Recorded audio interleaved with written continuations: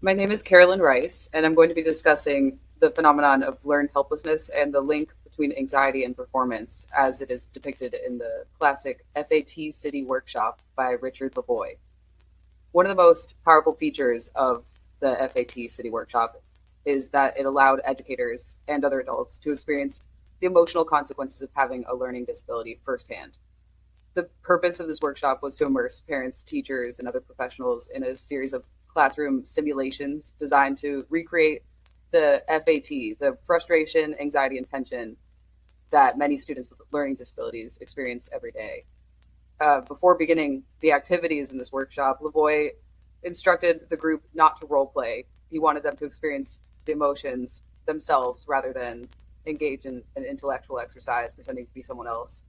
And Lavoie role plays a stern teacher. He asks rapid fire questions. He creates pressure for people while they're processing and answering questions.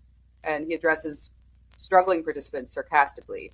He, in one part, asks people in the group one by one to read aloud from a script that was modified to create reading conditions similar to those in students with dyslexia, while criticizing and putting time pressure on the people who made errors. And within only a few minutes of the workshop, these people began showing some of the many behaviors that teachers often witness in students with learning disabilities. We see in the video people hesitating to volunteer, avoiding eye contact. At some point, the entire group averts their eyes and looks away. Uh, they begin to second guess themselves. They become increasingly reluctant to volunteer answers, or in other words, take risks. And around the 5 minute mark, Lavoie asks the audience a simple but I think profound question, which frames the rest of the experiment. He asks, does anxiety affect performance? And the answer seems obvious by this point, not because he explains it, but because everyone in the room has already experienced it as a felt experience. Neuroscience findings can validate a bit of the outcomes that we witness in this workshop. When a person experiences fear or stress, we know now that the brain shifts resources in that moment towards detecting and responding to a perceived threat. Activity in brain regions shifts towards areas involving emotional processing, while the prefrontal cortex, the area responsible for executive functions, functions less efficiently. And executive functions like working memory, attention, cognitive flexibility, reasoning, self regulation, these are the functions that students with learning disabilities are often already struggling with.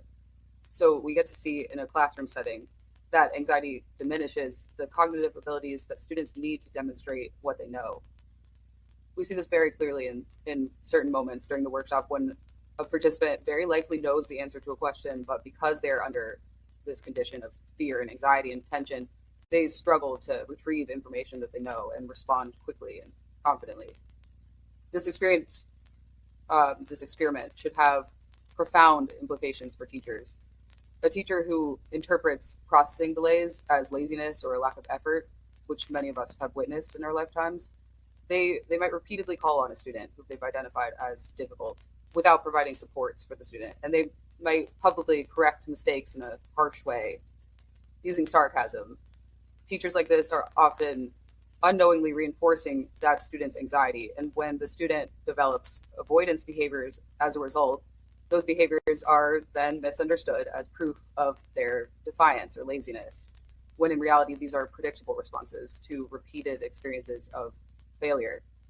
So predictable that Lavoie was able to design this experiment and recreate these responses in a group of adults and professionals.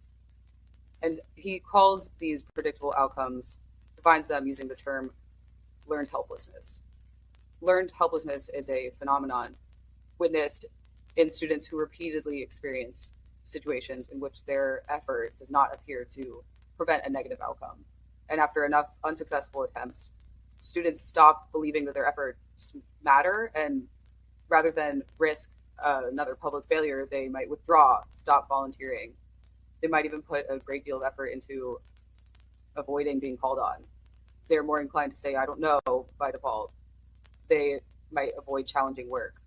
These are behaviors that are often misinterpreted as proof of a child's unwillingness to learn, when they actually more likely indicate a history of repeated negative experiences in the classroom, like 1,000 paper cuts. One of the workshop's most important messages is that teachers do play a critical role in either creating or preventing this cycle, which is a serious responsibility because every classroom interaction, whether we're the supportive or the harsh teacher, communicates something to students about themselves.